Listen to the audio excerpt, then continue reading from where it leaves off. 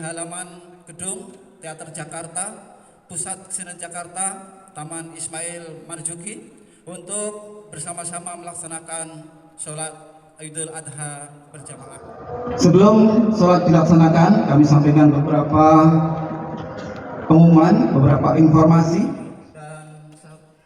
Dan 1 ekor kambing, 1 ekor sapi dari karyawan-karyawati Rumah Makan Garuda yang berada di depan Komplek Taman Ismail Marzuki atas nama nikmat kita masih bisa melangkahkan kaki kita, mengayunkan tangan kita, bisa berkumandang takbir dari semalam sampai hari ini.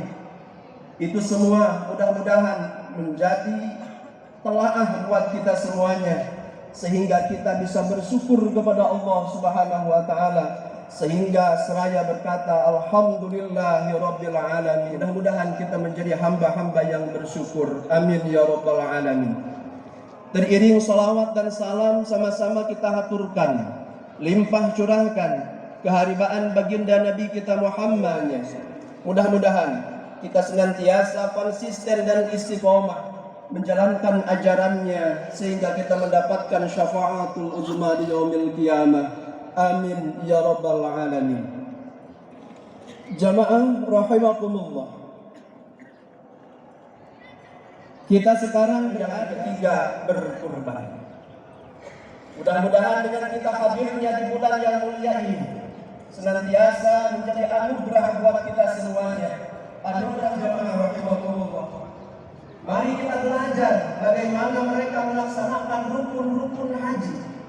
Supaya apa? Supaya kita yang belum bisa berangkat melaksanakan ibadah haji karena kondisi yang mungkin kita belum diberikan kemampuan oleh Allah Subhanahu wa taala, atau barangkali kita masih dalam antriannya, mereka bisa mendapatkan pahala-pahala dari Allah Subhanahu wa taala. Yang pertama yang harus kita pelajari dari ibadah manasik akbar, pakaian putih. Ini menunjukkan dan kita harus belajar dari sini bahwa dalam kehidupan ini kita tidak ada apa-apanya. Memang itu keadaan dan kondisi kita kehidupan di dunia ini. Kita hanya punya 2 lembar kain putih ketika kita memakai kain ihram itu. Dan semestinya dalam praktek kehidupan ketika kita ingin menghadap Allah Subhanahu wa taala, tinggalkanlah harta jabatan itu. Hari tua yang sesungguhnya ketika kita sudah masuk alam barzakh, ketika kita sudah masuk, kita siapkan biaya tua kita dan lain sebagainya. Lalu apa persiapan kita menuju alam barzakh, menuju alam mahsyar, menuju alam yang kita punya untuk menuju ke sana? Dan berapa tabungan kita, deposito kita untuk menuju ke alam sana? Ini menjadi renungan kita, muhasabah kita.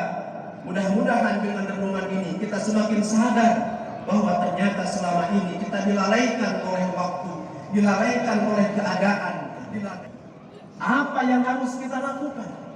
Maka evaluasilah, bermuhasabahlah, berhisablah. Hasibu qabla an tuhasabu.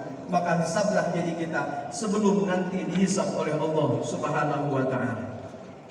Allah wa hablum minan nas. Antara ibadah spiritual kita kepada Allah dengan ibadah sosial kepada.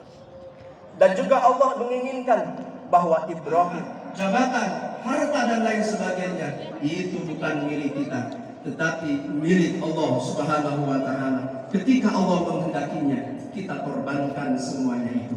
Maka korban kali ini kita simbolkan dengan memotong hewan kurban. Tapi hakikatnya kita sedang memotong keegoan kita. Kita sedang menyembelih keakuan kita. Harta bukan punya aku, jabatan bukan punya aku, mobil bukan punya aku, rumah bukan punya aku, bahkan istri, anak, suami, semuanya bukan aku. Itu semuanya punya Allah Subhanahu wa taala.